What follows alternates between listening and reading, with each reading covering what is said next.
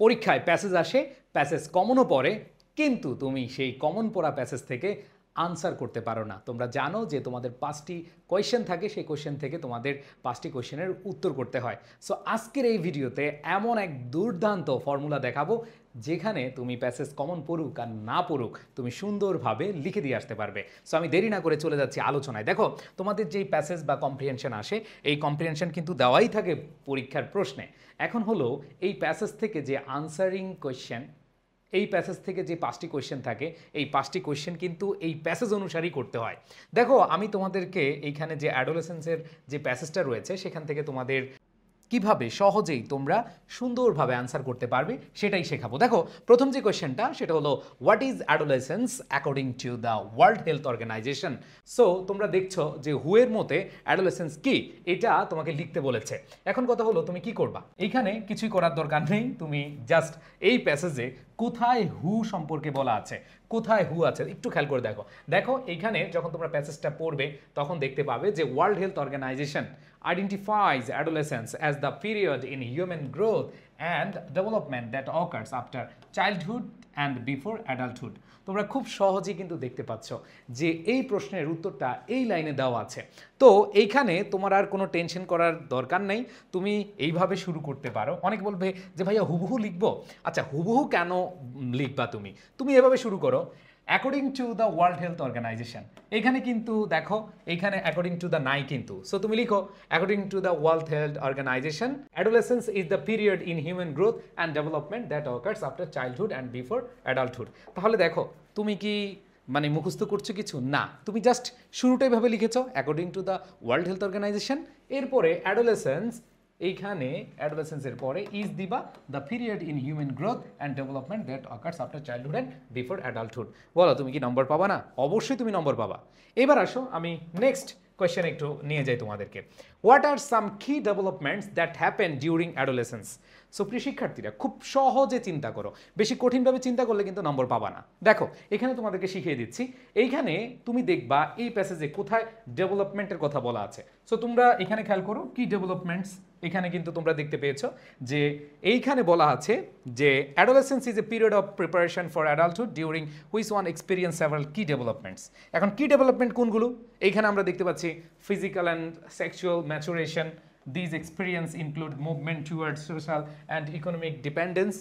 তারপর হচ্ছে development of identity, the acquisition of skills needed to carry out adult relationships and roles and the capacity for abstract reasoning.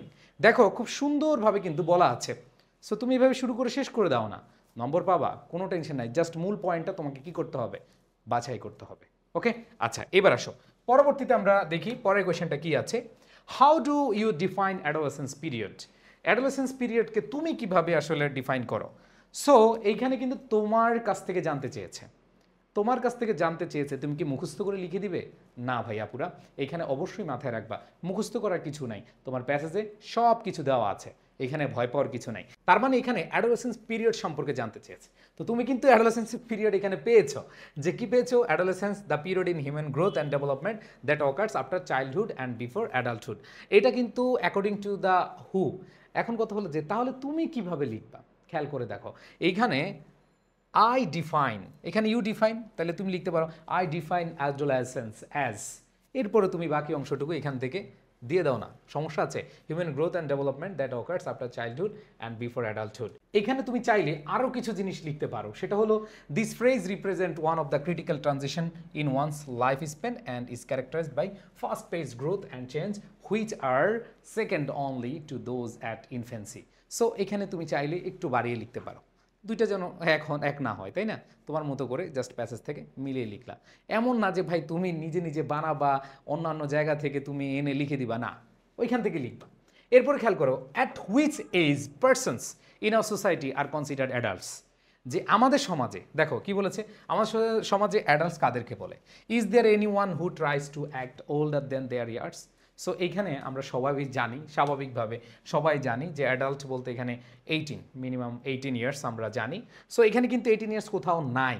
এখন কথা হলো যে ভাইয়া আমি কিভাবে অ্যান্সারটা দিব। এইখানে যেই জিনিসটা খেয়াল করবা, এইখানে খুব সুন্দরভাবে দেওয়া আছে অ্যাডোলেসেন্ট 13 to 18 ইয়ার্স। দেখো আমরা কি বানিয়ে লিখছি না সুন্দরভাবে দেওয়া আছে, 18 ইয়ার্স, 13 to 18 ইয়ার্স, তার মানে এদেরকে হচ্ছে অ্যাডোলেসেন্স আমরা মনে করি। এরপরে যে প্রশ্নটা বলেছে তোমরা দেখো যে এই প্রশ্নের ভেতরে আরেকটা বিষয় অ্যাড করা আছে। এখানে অ্যাড করা আছে কি দেখো, যে is there anyone who tries to act older than their years. দেখো আমরা প্যাসেজে কিন্তু পাবো এরকম যে ওল্ডার দেন, এরকম অ্যাক্টের বিষয় কিন্তু আছে যে হু will try to act older than their years. তার মানে এখানে প্রশ্ন করেছে, প্রশ্নটা কি করেছে দেখো, এখানে প্রশ্নটা করেছে is there anyone who tries to act older than their years. Okay, তুমি বলবা কি ইয়েস, এখানে অফকোর্স আছে, তুমি অফকোর্স না লিখে তুমি লিখতে পারো yes there are some who will try to act older than their years. খুব সুন্দরভাবে প্যাসেজে কিন্তু উত্তর দেওয়া আছে। সো ভয় পাওয়ার কিছু নাই, একেবারে ঠান্ডা মাথায় তুমি হচ্ছে কোশ্চেনটা ধরবা। দেখো কোনটা মূল পয়েন্ট, কোন ওয়ার্ডটা দিয়ে তুমি অ্যান্সার পাচ্ছ। এইখানে দেখো আমরা যে দেখলাম প্রশ্নগুলো, এইখানে আমরা দেখতে পাচ্ছি যে এইজ, এইজ তো একবার শুরুতেই দেওয়া আছে, তার মানে এইজে তুমি ফোকাস করবা।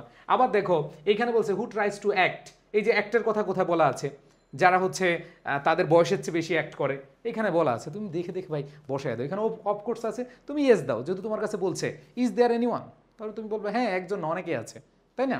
অ্যান্ড দেন লাস্ট দেখো how many stages of growth are there from childhood to adulthood for most people, what are the stages? So এইখানে দেখো স্টেজ নিয়ে একবার শুরুতেই কিন্তু বলা আছে স্টেজ, সেভারাল স্টেজেস। তো খেয়াল করে দেখো ভাই আপুরা, খুব ইজিলি চিন্তা করো, ভয় পাওয়ার কিছু নাই। এখানে আমরা দেখতে পাচ্ছি স্টেজ, স্টেজ আছে কয়টা, প্রথম আছে ইনফেন্সি, হ্যাঁ যেটা হচ্ছে একবারে জন্ম থেকে 2, এরপরে আর্লি চাইল্ডহুড আছে দ্বিতীয়, তারপর হচ্ছে লেটার চাইল্ডহুড আছে তৃতীয়, এরপরে অ্যাডোলেসেন্স আছে, এরপরে হচ্ছে অ্যাডাল্ট, এরপরে কি আছে 18 এবং ওভার অ্যাডাল্ট। তার মানে 5টা স্টেজ এখানে বলা আছে, খুব ইজিলি কিন্তু আমরা পেয়ে যাচ্ছি। খেয়াল করে দেখো ভয় পাওয়ার কিছু নাই, খুব সহজেই কিন্তু আনসার বের করা যায়। এখন কথা হলো যে ভাই আমি একটাই দেখাবো না, তোমাকে আরেকটা প্যাসেজ দেখাচ্ছি। যে হ্যাঁ একটা আমি অনেক মনে করি ভাই আপনি তো একটা সহজ এটা দেখে দিলেন, না আমি তোমাদেরকে আরেকটা দেখাচ্ছি, তোমাদের এইচএসসির আরেকটা খুব গুরুত্বপূর্ণ একটা প্যাসেজ থেকে আমি দেখাচ্ছি যে the famous Greek philosopher Aristotle said man is by nature a social animal. এটা খুব ইম্পর্টেন্ট, তাই না? হিউম্যান রিলেশনশিপ আমরা পড়েছি। সো এখানে একটু খেয়াল করে দেখো ভাইয়া পুরা, আমি তোমাদেরকে দেখাই প্রশ্নগুলো কি। Why are relationship important for emotional health. দেখো ইমোশনাল হেলথ, তার মানে তুমি প্যাসেজে দেখো কোথায় ইমোশনাল হেলথ নিয়ে কথা আছে। তো তোমরা যখন দেখবা প্যাসেজটা পড়বা তখন দেখবা যে relationship are does needed for our emotional health, এবং কি কারণে ইমোশনাল হেলথ নিডেড এখানে বলা আছে to build relationship we need to have trust and respect for each other, love war this is needed.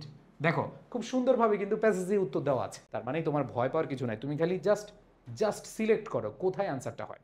এরপরে খেয়াল করে দেখো আমি তোমাদেরকে যদি নিয়ে যাই পরবর্তী কোয়েশ্চেন খেয়াল করো, why do human relationships give meaning to life. দেখো এইখানে মিনিং নিয়ে বলা আছে, তাই না? সো মিনিং দেখো একবারে শুরুতেই বলা আছে যে unlike the animals man's relationship, মানে হচ্ছে হিউম্যান রিলেশনশিপ। আমাদের প্রশ্নটা দেখো হিউম্যান রিলেশনশিপ কেন মিনিং দেয়, মিনিংফুল কেন?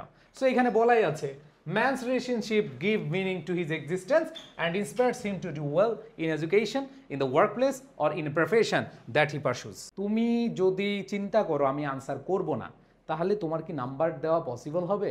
তোমাকে কেউই নাম্বার দিবে না। এই জন্য তোমাদের বলছি এভাবে পড়ো, ইনশাল্লাহ ভালো করতে পারবা। এরপর দেখো আরেকটা কোয়েশ্চেন তোমাদেরকে নিয়ে যাই, সেটা হচ্ছে what is required to make a relationship effective. খেয়াল করে দেখো এফেক্টিভ রিলেশনশিপ নিয়ে কোথায় বলা আছে। দেখো প্যাসেজের শেষের দিকে বলা আছে যে if we want to establish an effective relationship, তার মানে হচ্ছে ইফেক্টিভ রিলেশনশিপ করতে চাই তাহলে আমাদের কি করতে হবে, we can not be shellfish হওয়া যাবে না, আমাদের পজিটিভ হওয়া যাবে না, ঠিক আছে? তাইলে হচ্ছে আমরা বলতে পারি এইভাবে যে to establish an effective relationship we can not be shellfish and possessive. ভাই নাম্বার তো পাবা, কারণ তুমি যা চেয়েছে তার উত্তর দিয়েছ।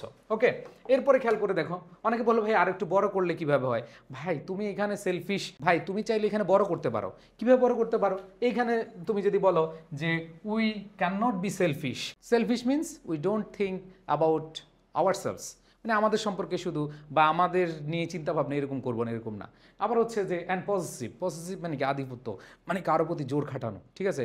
মানে হচ্ছে that means give any one freedom. So এখানে বলতেই পারো। এরপরে কি বলেছে দেখো আমাদের পরবর্তী কোয়েশ্চেন যে what is the similarity between us and animals. তাহলে এখানে খেয়াল করে দেখো অ্যানিমালস অফ দ্য ওয়াইল্ড, তাহলে এখানে তুমি দেখবে এই প্যাসেজে কোথায় মানুষ মানে আস এবং অ্যানিমালস অফ দ্য ওয়াইল্ড বলা আছে। দেখো like most animals of the wild মানে লাইক মানে কি মতো, সিমিলার মানে মতো। তার মানে দেখো কি বলেছে, বলেছে যে seek company of others and establishes relationship. That means এখানে বলেছে যে মানুষ স্বভাবগতভাবেই কি করছে, কোম্পানি চায়, রিলেশনশিপ তৈরি করতে চায় কাদের মতো, এনিম্যাল অফ দ্য ওয়াইল্ড এর মতো, ঠিক আছে। এবং কেন চায়, for physical and emotional support. So এখানে দেখো এটার মধ্যে কিন্তু মিল আছে। আবার এখানে আনলাইক, দ্যাটস অমিল, the animals however man's relationship give meaning to existence and inspire him to do well in education. That means দেখো যে মিলের কথা বলা আছে, আবার অমিলের কথা বলা আছে। তো আমাদের প্রশ্নটা কিন্তু মিলের কথা বলেছে, যে প্রাণীদের সাথে আমার যে মিলটা সেটার কথা বলেছে, তো আমরা সেটাই উত্তর দিব। এবার দেখো how does the passage describe the pain of A person who is alone. খেয়াল করে দেখো এখানে প্যাসেজে পেইন অফ লোনলিনেস বা হচ্ছে যে অ্যালোন মানে হলো যে অ্যালোন, এই অ্যালোন যারা আছে তাদের পেইনের কথা বলেছে। তাহলে খেয়াল করে দেখো a person who has no family feels the pain of loneliness and isolation. তার মানে হচ্ছে তারা হচ্ছে একাকিত্ব এবং বিচ্ছিন্নতার যে যন্ত্রণা সেটা ভোগ করে। ওকে, সো এই জায়গাটা আমরা পেয়ে গেলাম প্যাসেজ থেকে কী ধরনের প্রশ্ন আসে। আশা করি তোমরা বুঝতে পেরেছো। সো তোমরা যারা 26 ব্যাচ রয়েছো, 27 ব্যাচ রয়েছো, তোমাদের জন্য আমাদের ইংরেজির আলাদা কোর্স রয়েছে, বাংলা ইংলিশ আইসিটির আলাদা কোর্স রয়েছে। যারা আমাদের এই কোর্সে এনরোল করতে চাও দ্রুত এনরোল করে নাও। আমাদের মানবিক, তারপর হচ্ছে বিজ্ঞান এবং হচ্ছে ব্যবসা শিক্ষা শাখার সবগুলো কোর্স পেয়ে যাবা এই কোর্সগুলোতে। সো সবাই ভালো থেকো, সুস্থ থেকো, সকলের প্রতি শুভকামনা। যারা 25 ব্যাচের রয়েছে তাদের প্রতি আরও বেশি শুভকামনা। আল্লাহ হাফেজ, আসসালামু আলাইকুম।